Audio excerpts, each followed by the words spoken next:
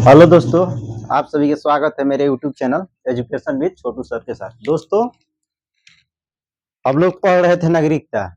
नागरिकता में कुछ हम लोग पढ़े थे और कुछ बाकी था। नागरिकता का हम लोग ये पढ़ लिए थे कि कौन सा अधिकार कहाँ से प्राप्त हुआ है, कौन कौन से अधिकार है, जैसे कि मानव अधिकार पढ़े हुए थे, ठीक, मौलिक अधिकार पढ़े हुए थे, उसके बाद प्राकृतिक अधिकार पढ़े थे। 5 प्रकार के अधिकार हम लोग देख लिए थे।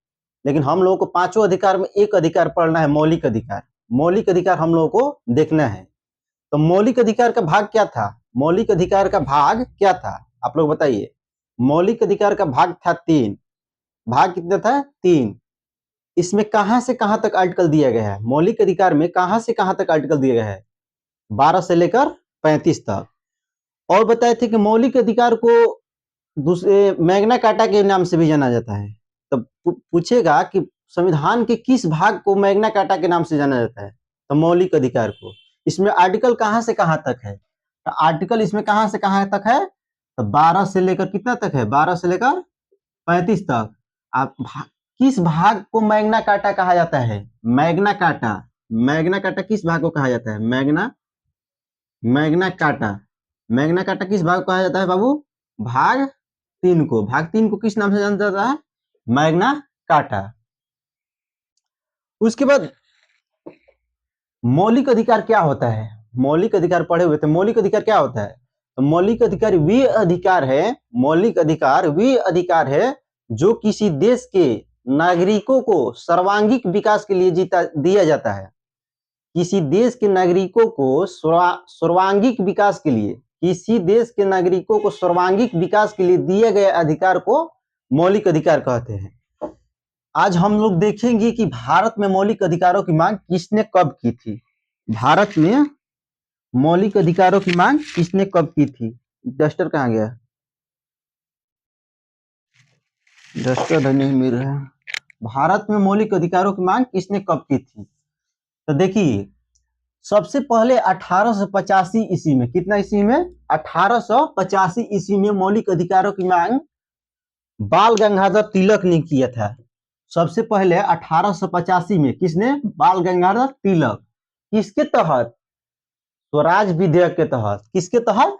स्वराज विधेयक के तहत। किसके तहत किए थे बाबू? स्वराज विधेयक के तहत सबसे पहले मौलिक अधिकार की मांग किसने की? मौलिक अधिकार को इंग्लिश में बोलते हैं फंडामेंटल राइट्स।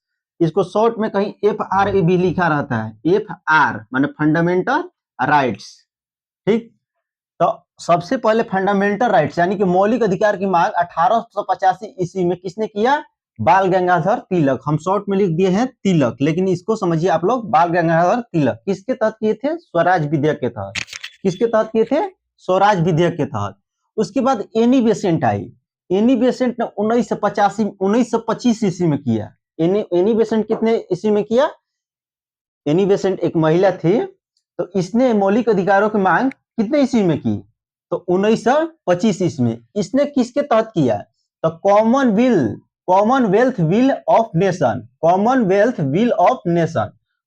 मौलिक अधिकारों की मांग एनी बेसेंट ने कितने ईस्वी में किया? 1925 ईस्वी में। 1925 ईस्वी में किसके तहत किया?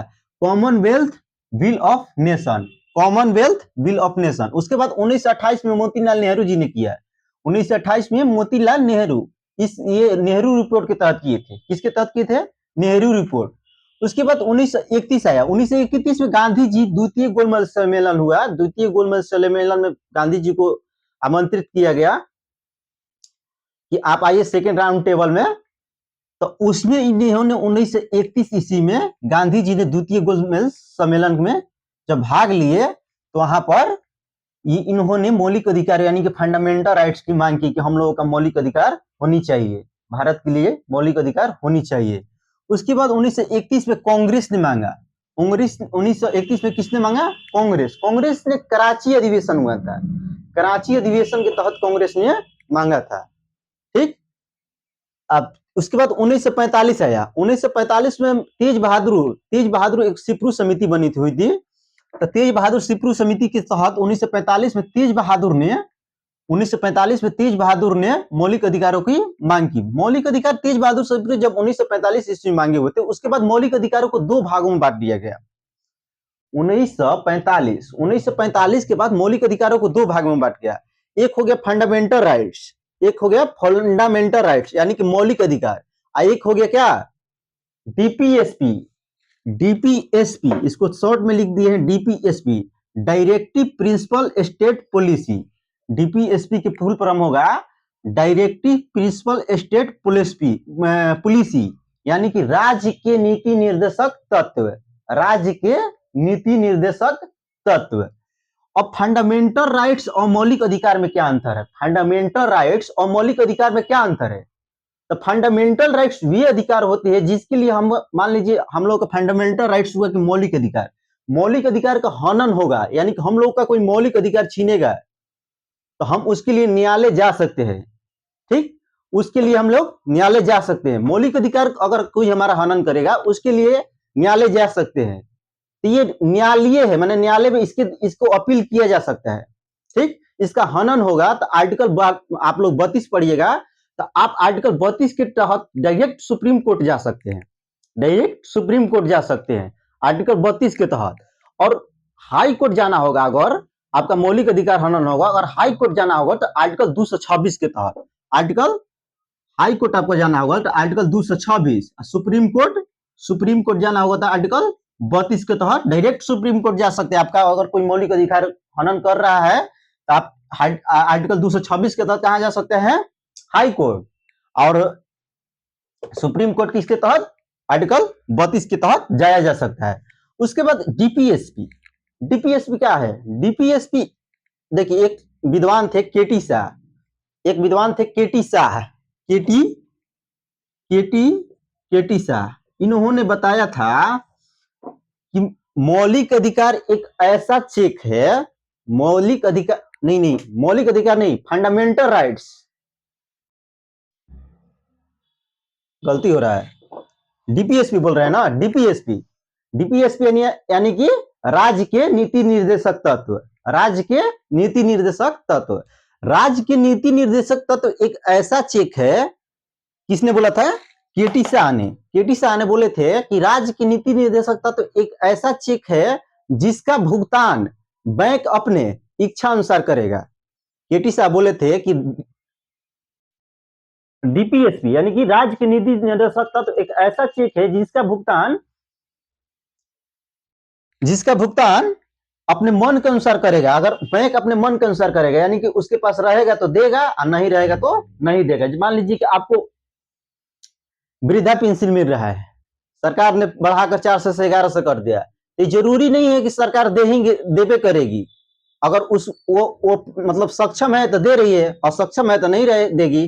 तो इसके लिए इसको मौलिक अधिकार में नहीं रखा गया, इसको डीपीएसपी रखा गया है। माने सरकार अगर सक्षम है तो दे सकती है। मान लिया आपको एथी मिलता है, राशन मिलता है, तो सरकार सक्षम है तो देगी, नहीं सक्षम है तो नहीं देगी।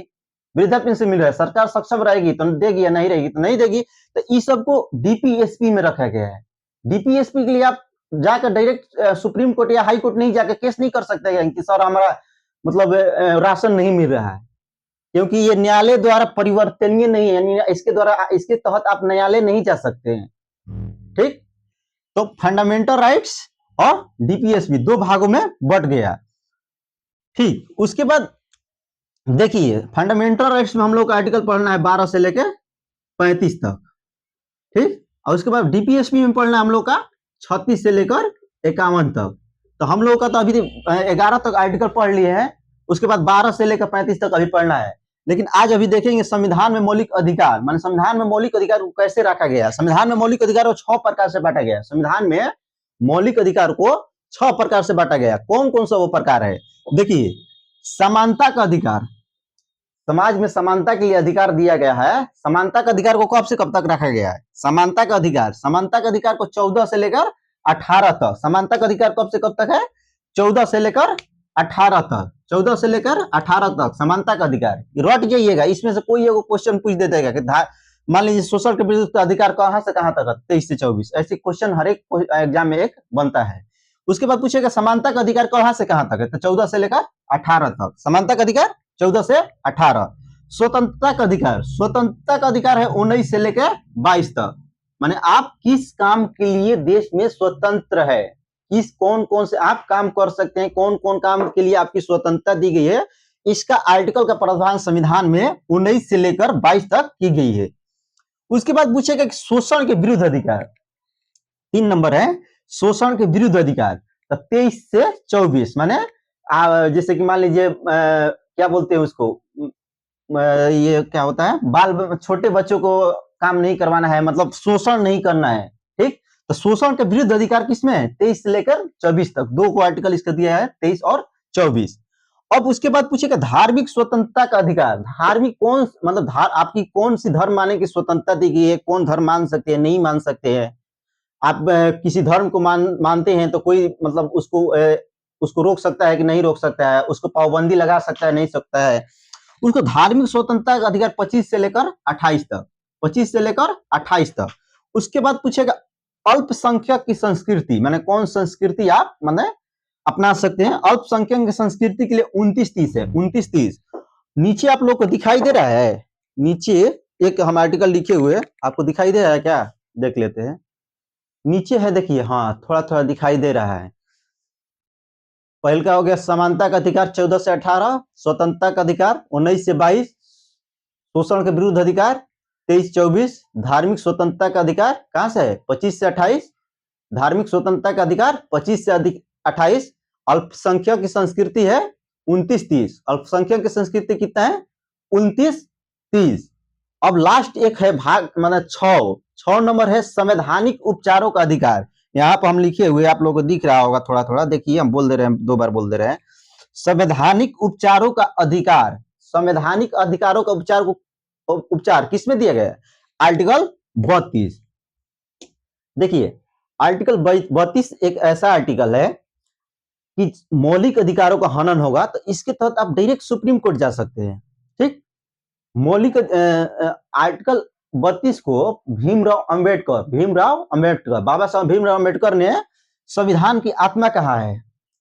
आर्टिकल 32 को क्या कहता है, संविधान की आत्मा। होता क्या है कि संविधान की जब मान लीजिए आपका फंडामेंटल राइट्स यानी कि मौलिक अधिकार का हनन होगा तो आर्टिकल 32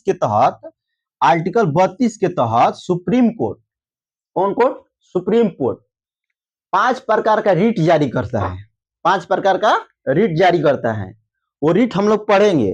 पहले का रीट हो जाएगा कि मान लीजिए कि बंदी प्रत्यक्षीकरण, माने बंदी प्रत्यक्षीकरण हो गया, प्रतिषेध हो गया, परमादेश हो गया, उसके बाद उत्प्रेषण और